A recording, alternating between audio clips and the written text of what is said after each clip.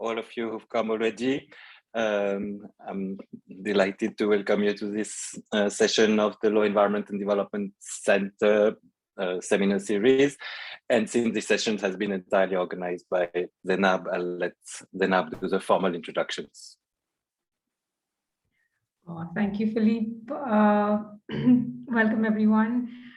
We have a very interesting session planned for us today. We're going to be screening the film Kabza and followed with a discussion on the film and the issues that it raises. So I would like to welcome Dr. Purabi Bose, who is the producer, director of the film Kabza. She is a senior lecturer at the Swedish University of Agricultural Sciences, SLU. She's a social anthropologist and environmental scientist who has worked extensively on forest, land rights of indigenous peoples, food security, and climate adaptation in Asia, East Africa, and Latin America. Prior to working at SLU, Purabi has worked in Indonesia and Colombia at the agricultural research centers affiliated with the CGIAR, which is the Global Consortium of International Agricultural Research Centers.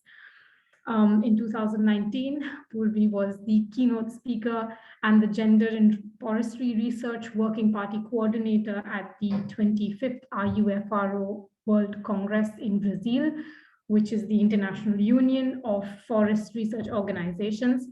And she's currently a member of the Advisory Board on Forest Governance, Markets and Climate at Chatham House in London. So this is, of course, a research academic introduction, but aside from that, Purabi also runs a non-profit initiative called Landing Together and makes films like the one we are going to watch subsequently. Joining her, we have Sujay Iyer, who is the editor of the film Kabza, and he's currently pursuing his master's in documentary filmmaking at Doc Nomads Erasmus Mundus, and he's joining us from Budapest. So welcome, Dr. Purabi Bose and Sujay Iyer. Over to you now, Purabi. Please introduce your film, and then we'll start the screening. Thank you for joining us.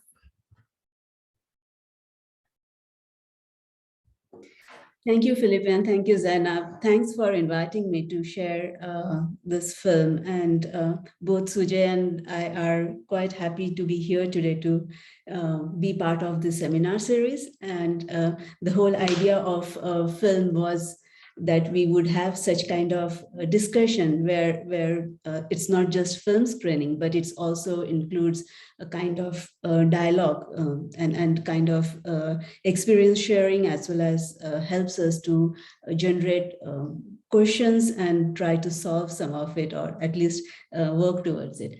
So the whole purpose of this filmmaking was, my background is not into filmmaking. It's more of, I started as a practitioner working with the indigenous communities in India and then in different parts. And then I slowly moved towards being a so-called researcher or academic. The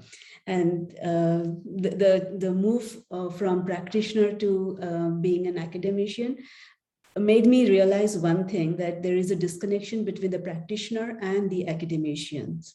And that disconnection is that we extract knowledge from the field, and then we convert it into a science which makes it so complex that we can't explain in a simple way back to the community. And that process of making it more complex, I think I wanted to do something about it and to change that complexity into something that can be relatable to general public. And one reason is always is about, my mother would always ask me, what are you doing? And then I would sit in front of computer typing all the my PhD thesis, and I was not able to explain what I'm doing. And so the first break for me to venture into filmmaking was through a small grant I received from International Foundation for Science in Sweden.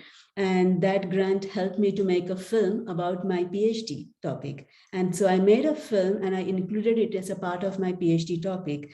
So she was able to see actually what my PhD topic is, because she can't read English. And it was easier for her to understand from that 15 minutes of films. And that helped me to realize how it is important for us as a researcher to try to communicate in a diverse popular science platform. And that's how the Landing Together initiative happened. And to quickly explain, it is a non-profit, yes, but then it also means it comes from my own pocket. So I spent all my savings into making the films and supporting people like Sujay and the camera person and other staff.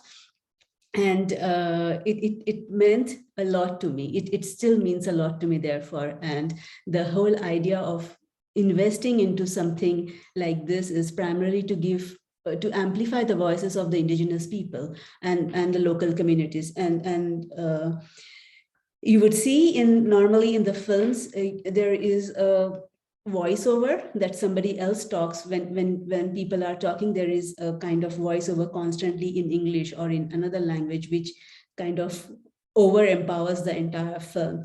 And I always was hesitant about not hearing the person who is actually talking in the background. I was like, probably we need to hear their voice. And that's one thing. The uniqueness about this Landing Together film is that we captured the voices in the indigenous, in the tribal Adivasi languages, in the dialects, and we let them talk. We didn't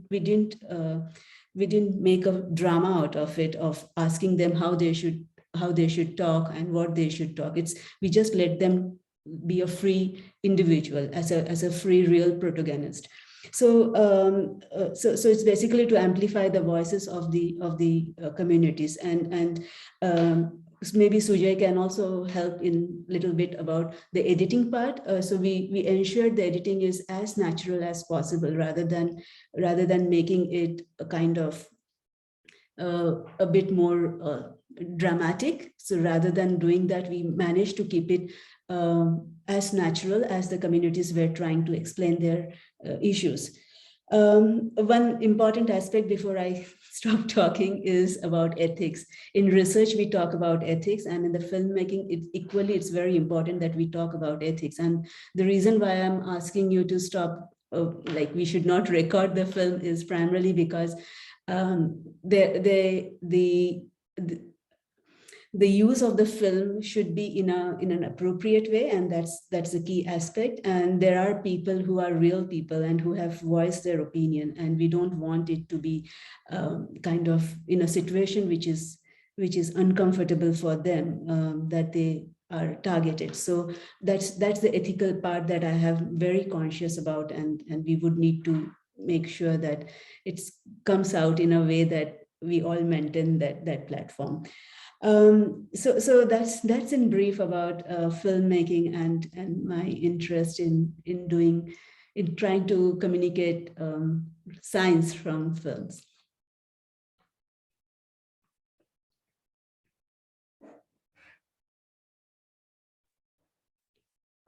Do you want? I'm sorry. Do you want me to share the film now or ask some questions? Or maybe Sujay can add a bit about his experience as an editor. Hi guys, I'm very happy to be here. Thank you for having me here. But when we talk about this film, this was actually one of the first projects I ever worked on. So it was quite a while ago. And I think my memory fails me about like all the things that we were talking about. But I think the key element was about how when we saw this like grand work, it had a lot of content and a lot of footage. And I think the main idea was to find like a kind of string that like drives the story through, and at the same time try to keep it like in a way aesthetic, but also convey what is supposed to be conveyed. Yeah, I think this is what came back to me when I rewatched the film yesterday, and I hope once our discussion starts, like things come back to me, and then we can talk about them. He's very humble to not to say that this was one of the quite challenging film with terms of how to organize it. Probably he'll come back to it later, explaining how challenging it was. Especially he has not been to the field with us, so you see, it's a kind of creative mind that puts everything in content, and he's brilliant in doing that. So, so let us, maybe I can share the film now. Yeah.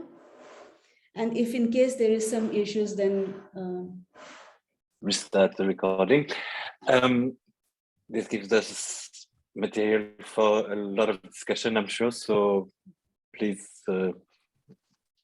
whoever wants to go first. Okay, fine. There is a question from Rupa already in the chat. Are people aware of the district mineral funds set up to help the communities impacted by mining? So fine, that's a good start, I guess. no, they don't. Can you hear me? Yeah. No, they are not aware about, a majority of them are not aware about the district mineral funds. And the fact is that there is no awareness being created by the government or by anybody else to suggest that there is some funds available. And even if there was, I don't know how they would have managed to demand or claim that fund.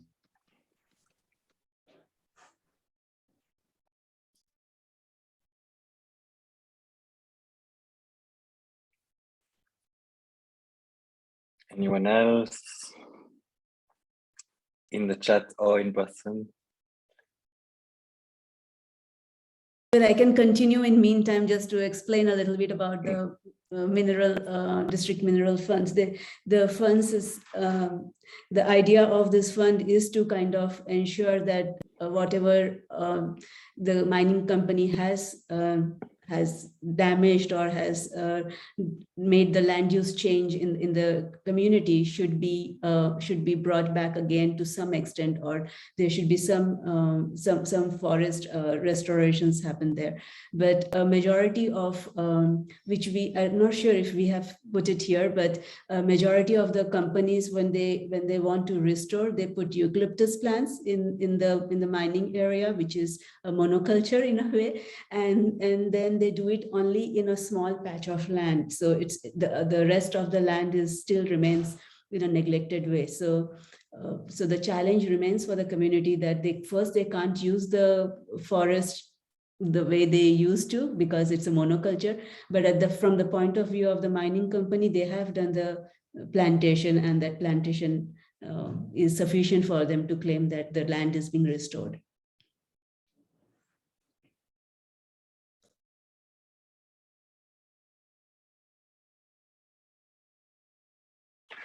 Okay, while other people think through, I was wondering one thing related to that. For instance, since district mineral funds, it's a lot about the government.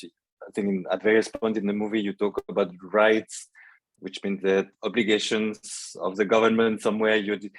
Is it on purpose that you're showing us only one side, or is it because you couldn't speak to the other people involved, whether private or public, in terms of the way in which you frame the narrative in that sense?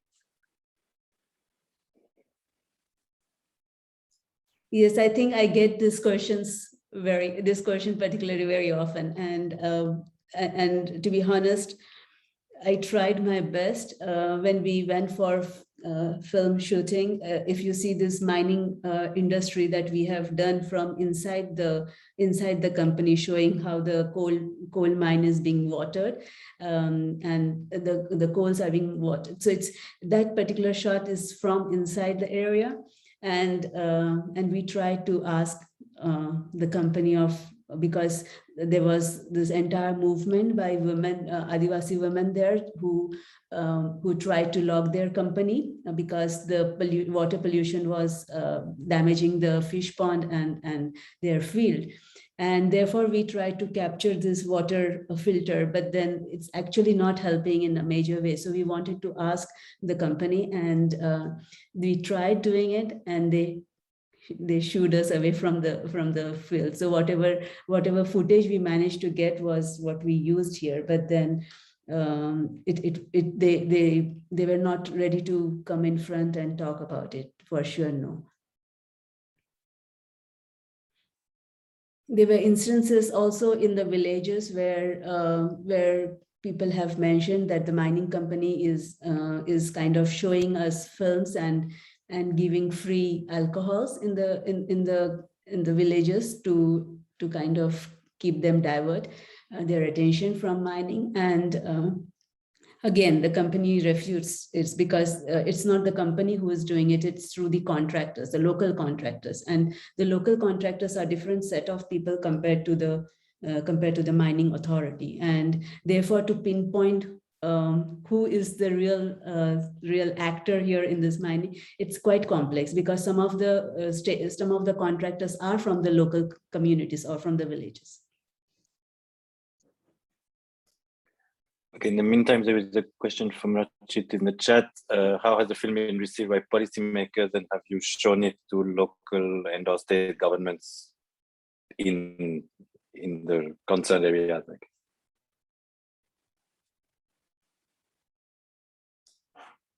The film has been showed in India in a couple of places, but not to the policymakers. We didn't get an opportunity yet to share it with the policymakers, and I suppose it would also be not a film that they would like to watch. It's something people are aware about. It's not that what we are showing in the film is something that they are unaware. When there is then there is entire narrative about what we are presenting. As you said, it's one-sided narrative about these local communities, and then there is also another narrative, which is how mining is good and for the local communities, and how it uplifts the development of the community. And that narrative is something I think the policymakers would be interested to look at. So it depends on how we put this narrative into their system, and that requires a kind of a network where we can use it to share the other side. But if they are open about it, I'm not sure. Could I ask a question, or is it better to put it in the chat? Please. Yeah. No. We prefer people who speak. Okay, thanks. So thank you, Purabi. That was really, really interesting, very enlightening. I just wanted to get a sense, from you, having met these communities and met the people who are actually affected. Do you think it's actually mining per se that the communities are against, or is it the way in which the mining companies set up the operations, the unfairness, the lack of safe or the lack of interest in safety, sustainability? Do you think if it was all done in a better way and the operation was set up to be much more mindful and thoughtful and considerate to the communities, do you think they might be more open and receptive to the idea of mining? Yeah, that's that you have put it in a very nice way of how communities perceive, whether it is actually the mining or it's the way the mining is conducted, and that the causes from that unfair way of doing mining. I guess it's both, but to first, the way the land is being appropriated, it's without free, prior, informed consent. It's mostly by trying to grab the land without giving the community any voice to say of how they would like to do it. So it's typically the Gram Sabha should be informed about before the mining, the local elected bodies should be informed, and then they should be made aware about the consequences of the mining, and they should be told about how much land is going to be taken and what kind of money that comes in, and how the finance would help their community benefit in some way. Such dialogues doesn't happen often. It it happens through a subtle way of getting into the community by getting signed from couple of people who are desperate in economically and may not know the long-term consequences of signing such agreement papers. Sometimes those agreement papers are also falsely kind of done, and then to put a pressure in a way that that some of the people were accused of stealing companies' vehicles or doing things. So this creates a kind of conflicting situation where the community is made to feel vulnerable or marginalized in some way. And then the dialogue becomes a very one-sided, where the mining company suggests what it will be done. And if you see in the film, the wall that was being constructed, it is interesting that some of the people who were working to make that wall is part of the community. And that kind of explains how economically the community is dependent on the mining company, that people who are desperately in need of money would do work as a laborer for the company to construct that wall. So yes, the fact remains whether giving the community an opportunity to ask whether they would like their land to be used for mining, probably there would have been much more nicer way of getting a participatory response, whether what kind of land they would like to give, where they would like to ensure that it should not be damaged, looking at where the community is located to avoid minimum inconvenience, for example, crossing from one village to the other. Those dialogues could have eased out the conflicting situation. So in other ways, I think, in other words, I think in very few scenarios, people would be eager to give away the mining, give away their land for mining. But then when it is taken, then if they are not being taken into consent, that becomes even more damaging. So it's a bit complex. So I cannot say that whether they will be accepting the mining on the first hand, they may not. But then when the mining is already there, and when people are struggling, when they're seeing that the trees have been numbered and they know that it's going to be cut down. So at that point, probably there is a need for a dialogue. And that might help in some way. I mean, it's tragic, isn't it? You think that if one of the big difficulties that they face is just not being able to cross the land to get across to the other side. I mean, I'm no engineer, but you'd imagine there would be really easy ways, if the company cared about it, to do something about it. You could quite easily just leave, some sort of passage or something where you build a wall. But maybe these aren't very easy questions, because when companies behave in a dodgy way, it also builds mistrust in the community. So eventually their trust erodes because there are promises made to them that aren't kept. And so probably the resistance grows each time. So, yeah. Absolutely. I mean, look, let's look from the company's perspective. If they have left a little space for villagers to cross, the villagers might have demanded a little bit more from the company's perspective. So to stop the community from demanding anything else, if they block it, then their dominance is kind of maintained. They don't have to again negotiate in any way. So from a company's point of view, that's the way to kind of express that this is our boundary. And it's interesting in the film, if you have noted, that even the local communities have started talking about boundary. So this family who have lost their land, and now they were trying to build a boundary with the stones, bauxite stones, which they find in their land. And this again is kind of a contradiction in how the community, which was always had a collective way towards looking at the land and looking towards the forest, is now thinking about the same way as what the mining company has been promoting of constructing a wall.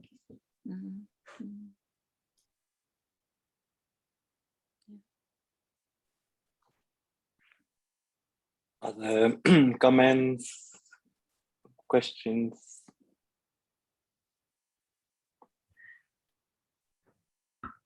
Sure. Purabi, thank you so much for that fantastic screening of your film. And it's all self-funded. I mean, you're committed. you're really committed to your cause. So I wanted to ask a question, and I'm speaking from an Australian point of view. So my field is Australian Aboriginal art, and as you know, native title and art, land rights, and working out mining leases in Australia is a very big problem. I was struck by the number of times the participants in your film said the words ancestral rights, ancestral land, water, forests, trees, life. Without these things, we can't live. It's better that you kill us than take away our land. What I wanted to ask is there a network of lawyers and anthropologists recording the oral testimony and the geographical locales of all of these important specific places that are being taken illegally?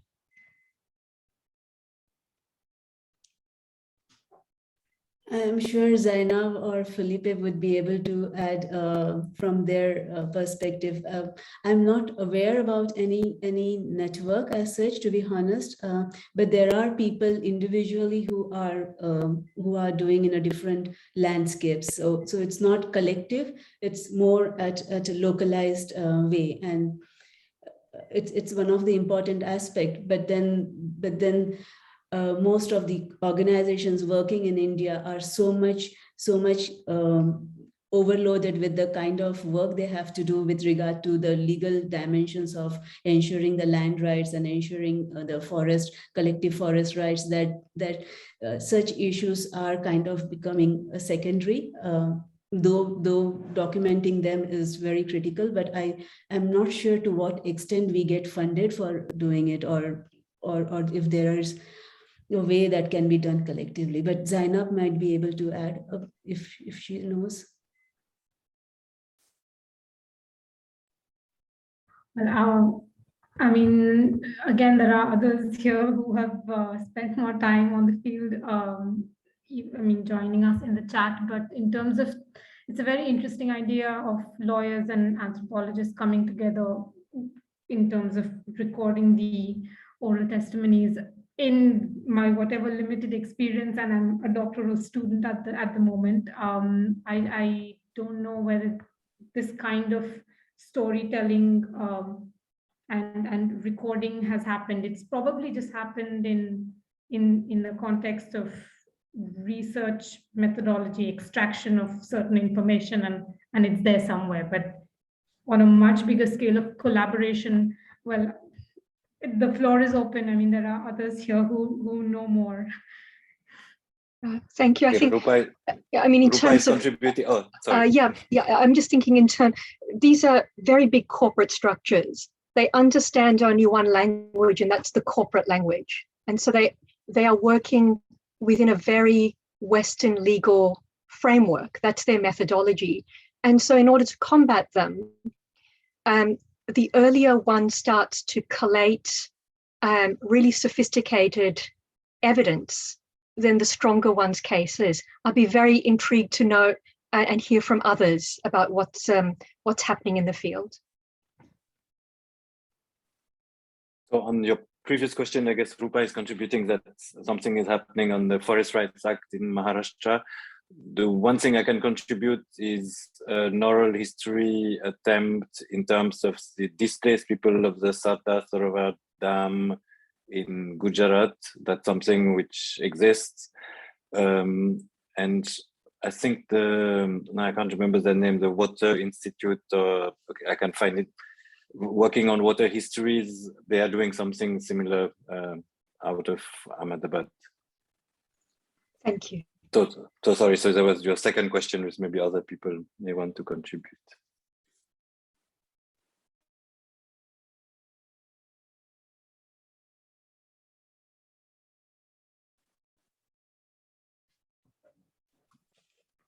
But there's so much about documentation in terms of what you're mentioning is arts and culture is something that we completely we see it's there. We see that some of the in one of the films we talked about in Jharkhand how they use how they worship their first fruits and their and the way they worship the trees.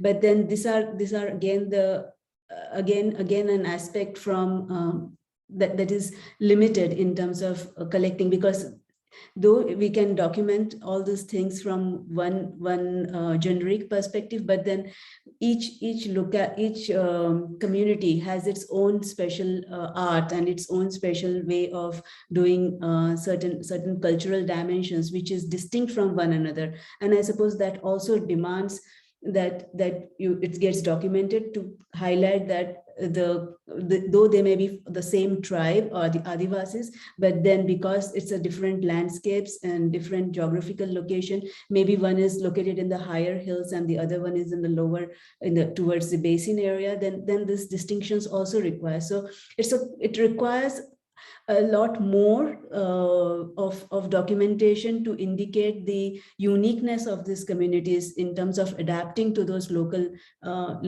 area where they are living, and to do that it's really crucial. Also, I think it's very important also because it kind of suggests that they don't live a very homogeneous way of life. They adapt to different landscapes, they adapt to different availability of the resources that is around them, and that's something that's very important, I guess. But yeah, it demands a lot of work as well.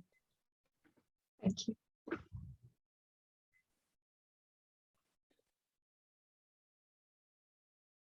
Other questions, contributions? Okay, I'm going to jump at this point. Yes, so I have like just a broad question about the way, I mean, how you went about in the field to, interact with these people. What was like generally the methodology, or what were you looking for? Was it in terms of like a research language? How did you approach the problem, the people, and the languages, if you were talking to them directly, or did you have translators with you in some contexts or not? That's one like boring research methodology kind of question. But substantively, I'm wondering, I mean, what is your sense of, the role of local bodies and the Gram Sabha, where we see again from the legal perspective that yes, we have certain safeguards in land transactions, especially in scheduled areas, tribal areas. The law exists somewhere.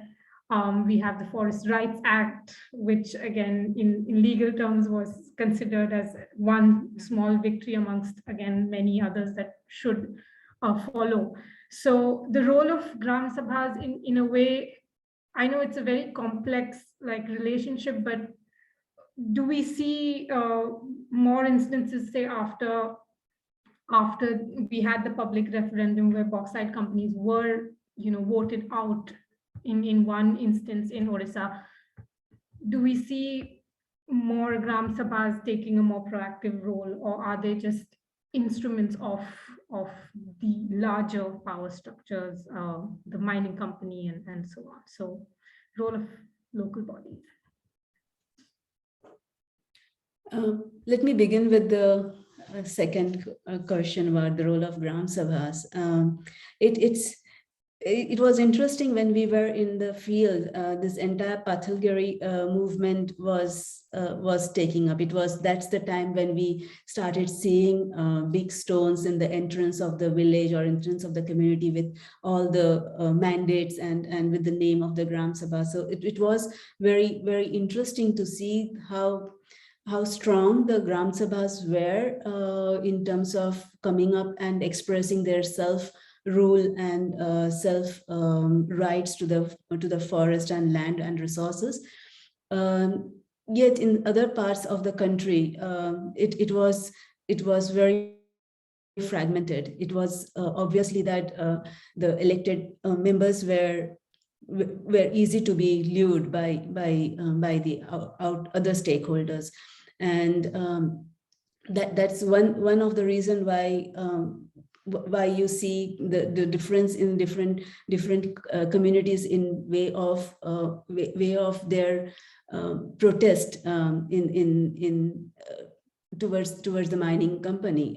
In some places, where the younger generations or the youths are still in the community and they continue to live, the Gram Sabhas are being kind of managed in a different way as compared to when the majority of the population from the community has moved for migration, for work in other places, and then the disintegration of the community can be noticed very easily. So it's not just about Gram Sabha being in power, but it's also matters the economic situation of that particular village, but at the same time how the social dynamics works out. So if there are more settlers in a community who are not necessarily traditional right holders of that area, their narratives of how they perceive mining and how they perceive Gram Sabha is very different, and their influence is quite important as well in deciding how the management happens. So with all the legal aspects, including the PESA, I am not sure if the Gram Sabha has still understood their significance role, and that's sad, because 20 years ago when the PESA was introduced, it was this entire in the scheduled area where the rights were given to the Gram Sabhas also to manage the forest resources. It's not yet being used in a way that we would have loved to see, and that's primarily because the information has never flowed down the way they should have been empowered, and they should have been allowed to or being given authority to use the resources. To your first question about methods, or maybe you or someone else wants to add something related to the Gram Sabha thing. I can wait for a few. If I said something wrong, please correct me.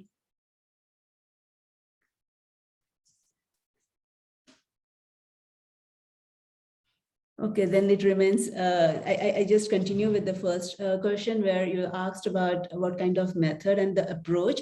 Primarily, the approach was like, we don't use any methods, or we don't go with certain approach. We just enter the community, we move around, we talk to the community people, and then we get to learn about what their issues are, what is their main priority concern in the community, what is their struggle, and it is not just from the we didn't approach the Gram Sabha. First, we approached a local community in the sense that it's not related to elected bodies or not related to the panchayat, but the people who are living nearest to the affected areas. For example, in this film, it was related to the mining. The other film was related to oil palm plantation. So it's basically where they are located and how they are being impacted. There were, in some instances, people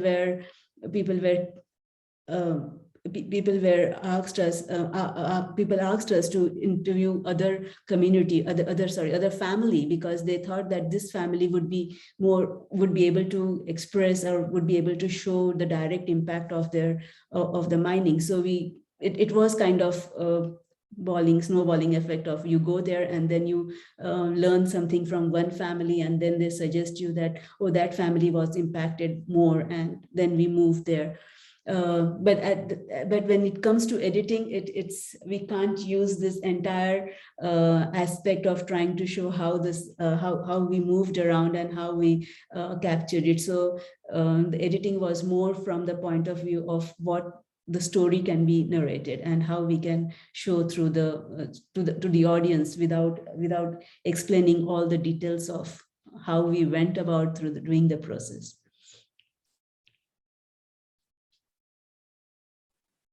Sujay, you want to add about anything to do with the editing, of how you felt of doing this process, because you were not part of the research or this documentation. You came at the editing time. Yeah, I think the way I approached it was to understand what all was there, because there was so much content. It was close to like 1 TB of footage. And I think that was, I didn't know about the Forest Rights Act at that point. And going through the footage, it was a very nice learning. There was a time when I was just watching footage and Purabi was explaining to me like policy, what is happening. And like, so I had a notebook with all my information, and I learned things on the way. I learned about PESA, and so it was really interesting in that way. And I think the way we went about it is we spoke about what we want to show and where we started from, and then we drew on huge chart papers to create a mind map of the story that we wanted to go through to reach where we ended up. And the idea was to show a little bit of like so there are two kinds of mining that took place in this film, and we tried to find a way to stick them both together. There is coal and there is bauxite. And I think we went from personal stories to like a larger story, and then from there we created a small shift towards the mining changes, and then we went back to coal, and then eventually we had the shot of in the start we start off with like green things and like these trucks that are working in this green like juxtaposed image, and at the end we showed these trucks working even at night to say that it's a constant process, like irrespective of who is talking and who is crying, this mining continues in a certain way. So yeah, that's I think in a nutshell is how we try to edit this film. It's interesting that you mentioned about the mind map, and I remember Sujay, after watching all the footages, he came up with these different emotions, and one emotion was about the fear. How the communities it kind of when if one looks at the fear factor continues in some parts, and then the other factor of we are ready to die. So it's kind of dual aspect of we are scared of being jailed, but on the other hand, if we have to work for our rights, we are ready to get killed. So yeah, you explained it nicely. Now I remember the mind. No, also I think what I realized yesterday when I was watching the film, and I didn't realize before, is like actually how brave it was, like for you to go and shoot this stuff. If like now with a little bit more experience and like working with film, and to go and make a process like this, I think it would be extremely challenging for me to go and like meet these people in the middle of a place where people disappear very easily. And yeah, I think when I saw the film last night, it was I realized that I think it's a very brave process of like just the production, being on field. It was very nice to watch again, like as a viewer. Very nice.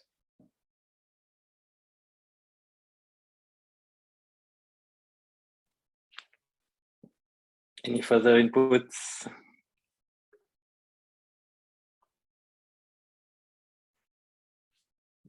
Okay, we are slowly coming to the end of the time that had been allocated.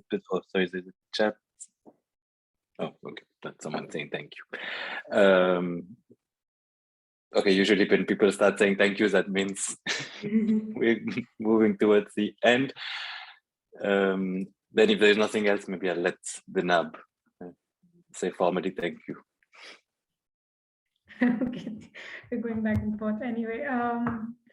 So I thoroughly enjoyed it personally, but anyway, from the behalf of the Law Environment Development Center and SOAS, thank you, Dr. Purabi Bose, and thank you, Sujay Iyer, for sharing your work, sharing this film with us. Again, it flagged so many issues. It's not just the mining, but that everyone has so many takeaways from just the narrative that you built through this film. So thank you for screening your film, and thank you for your time discussing with us the process, how you conceptualized it, what made you make it, and what the other stories behind the camera in a way. So thank you to our audience as well, again, for a very stimulating, interesting discussion.